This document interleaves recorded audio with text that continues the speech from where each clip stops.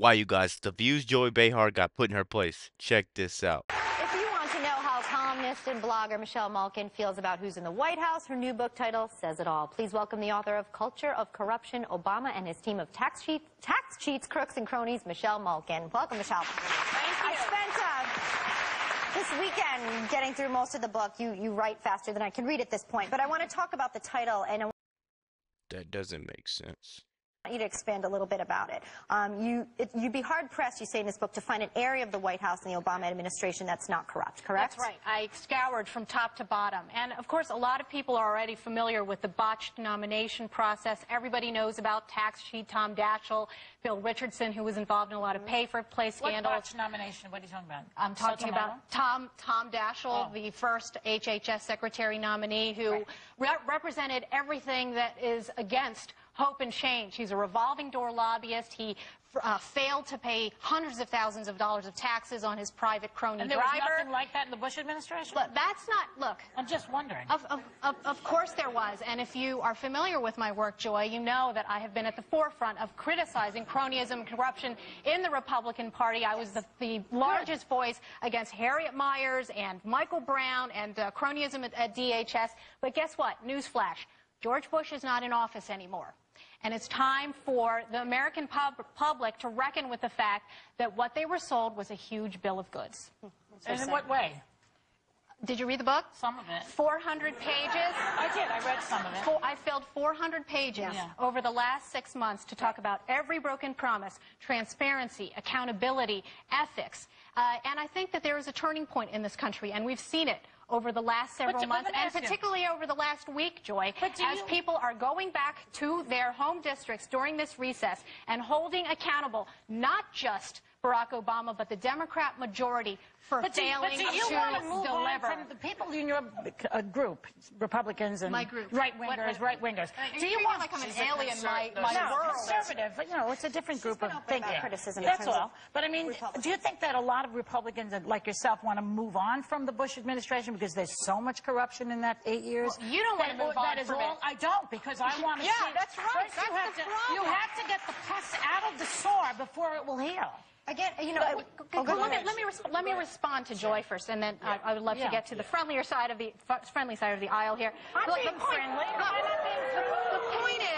The point is that the only substantive response to the book so far has been moral equivalence. What about Bush? What about Bush? What about Bush? Yeah. What about Michelle Obama? What about Joe Biden, who has traded on his crony name for the past 30 years, who represented, again, the antithesis of hope and change? No, because I don't want to take it off the subject of what you're going to... I was just curious.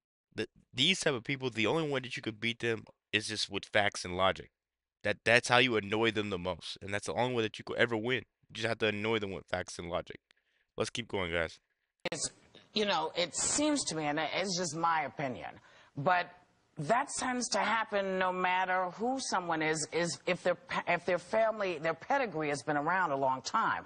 I mean, it doesn't matter, as you say, whether it's a Republican or a Democrat. Cronyism seems to live on all the time, and I understand you don't like it. What I'm interested in, though, is you say that you believe that this administration is more corrupt than other presidencies, and I wondered if you could explain. I actually don't say that in the book. What I say is that you have to measure... Okay, I just want to show you this so you know what side of the aisle. We're all on the same side of the aisle. See what it says right there? I didn't write that. Right. Well, whoever wrote that did not read the book. Okay.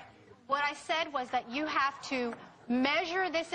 This is sad, guys. They underestimated her before they brought her on, but these people that they bring on to talk about their books, and then they try to destroy them on their books when they wrote the books.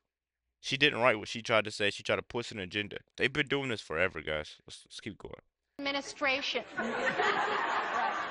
That's not a quote in the book. You can't find it. No, Show that's me what I'm where it saying. says that. I just said I didn't make this up. This was just getting... Go ahead. What I'm saying, Whoopi, is that you have to measure this administration, the principal, foremost agent of everything fresh and clean, hope and change. Isn't that what we were sold this last campaign? And he rode in on a horse, a white horse, taller than any other in recent memory. And like you can talk to any young person who voted for Obama, they thought they were going to get something fresh and clean. We got got Tom Daschle. We got Bill Richardson. We got Joe Biden. what would you have done? Let me just, because I really want to get some of the facts out of the book. I'm shutting up. We have a technology. We have a technology czar. We have a technology czar who is a convicted shoplifter. We have a commerce secretary who is knee-deep in Chinagate campaign finance. What is your alternative, though? That's my question. What is your, well, I just wanted to finish the question. Since this is the most corrupt, how do you see fixing it? That's what I'm asking. Well, let's take this czar thing, because I think whether you're on the right or the left, the explosion of these unaccountable presidential appointees who have no congressional oversight, who have no transparency in what they are doing. We don't know how much our taxpayer money is spent on the budgets of people who have vast control over the economy, over changing the landscape, the electoral landscape. There are now 44 of these, okay? We've had a Homeland Security czar under the Bush administration, a drug czar under the Reagan administration, but not to this depth and the extent. What are these people doing? Michelle. We've got a health care czar who has been meeting, possibly in secret, with health care executives to cut them out.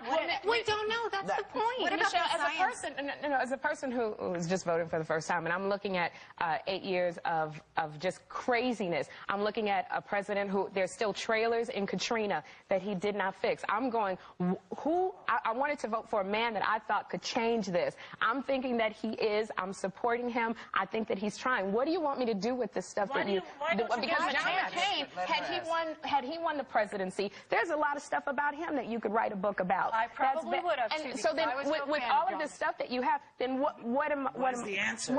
She's had an objective critique throughout the years Two on things. politicians. I have been in daily journalism for 17 years now, and I believe that sunlight is the best disinfectant, and I believe that knowledge is power.